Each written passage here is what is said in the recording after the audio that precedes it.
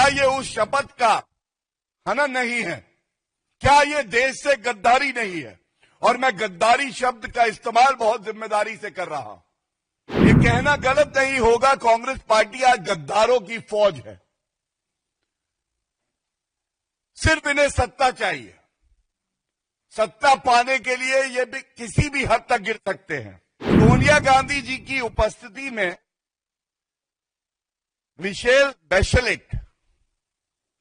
बैचेलेट ये पूर्व राष्ट्रपति चिली की रही हैं। ये पहली तस्वीर है, देखिए। कोई बहाना कांग्रेस पार्टी ना बना पाए, इसलिए दिखा रहा हूं एक एक करके। आपके समक्ष 2-3 तस्वीरें रखूंगा।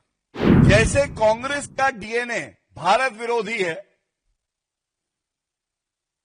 वैसे ही जिनको पुरस्कृत करा गया ये भी क्या करती हैं? पहला, सोनिया गांधी जी की उपस्थिति में मिशेल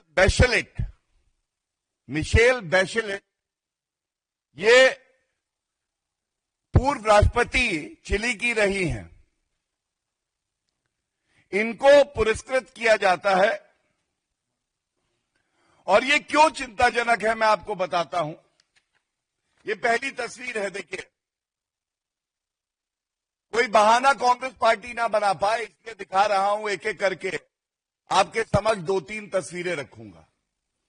सोनिया गांधी जी और मिशेल बैचेलेट एक साथ खड़ी हैं।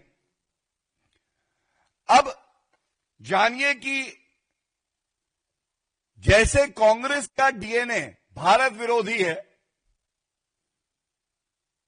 वैसे ही जिनको पुरस्कृत करा गया ये भी क्या करती हैं? पहला, ये भारत की संप्रभुता पे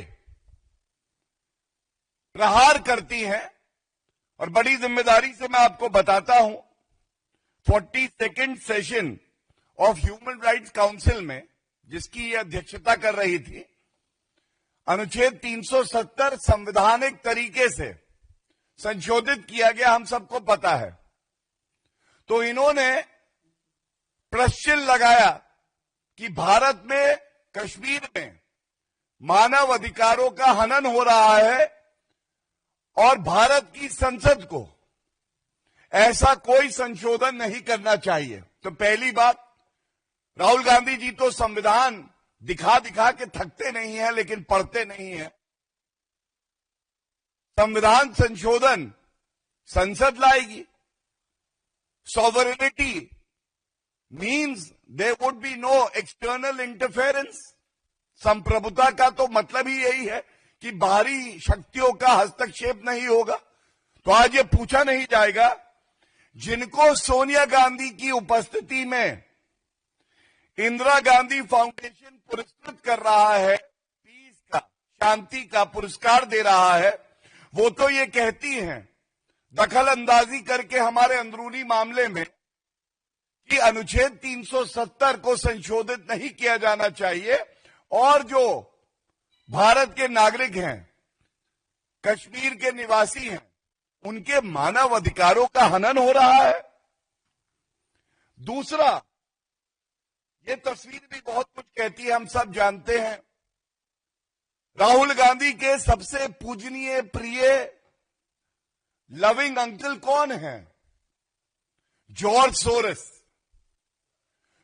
सोरेस और राहुल गांधी का एक आत्मीय रिश्ता है।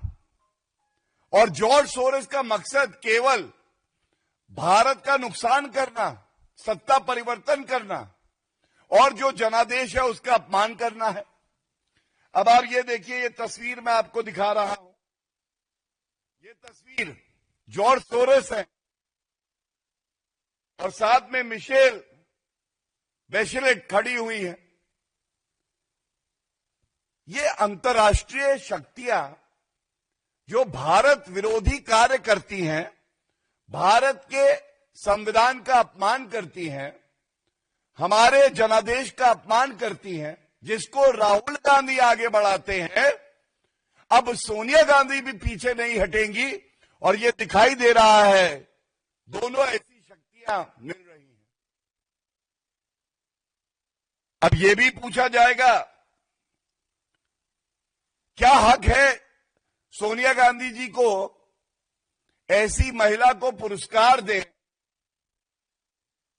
जो महिला,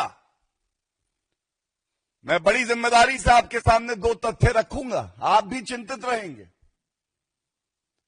ये पुरस्कार ऐसी महिला को देते हैं जो हमारे सर्वोच्च न्यायालय में आस्था नहीं रखती है और उस पर सवाल उठाती हैं। दो उदाहरण, इनका वक्तव्य है कि एनआरसी जो असम में कराया जा रहा है, ये असम के जो निवासी हैं उनके लिए परेशानी का सबब है। क्या सोनिया गांधी जी को, राहुल गांधी को ये नहीं पता कि असम का एनआरसी सर्वोच्च न्यायालय के आदेश के बाद हो रहा है? अगर हमारे देश का सर्वोच्च न्यायालय कहता है एनआरसी करो, कौन होती है ये महिला कहने के लिए कि ये एनआरसी अगर हुआ तो ये अशांति फैलाएगा? क्या ये हमारी संप्रभुता का हनन नहीं है? और ठीक है, वो गैर है, गैर भारत विरोधी बात करे, समझ सकते हैं। सोनिया गांधी क्या है? क्या आज भी वो अपने आप को भारतीय नहीं मानती है? जिस देश ने उन्हें सम्मान दिया, जिस संविधान की शपथ उन्होंने अभी भी ले रखी है कि मैं संप्रभुता की रखवाली करूंगी, क्या ये उस शपथ का हनन नहीं है? क्या ये देश से गद्दारी नहीं है? और मैं गद्दारी शब्द का इस्तेमाल बहुत जिम्मेदारी से कर रहा हूं। ये कहना गलत नहीं होगा, कांग्रेस पार्टी आज गद्दारों की फौज है। सिर्फ इन्हें सत्ता चाहिए, सत्ता पाने के लिए ये भी किसी भी हद तक गिर सकते हैं।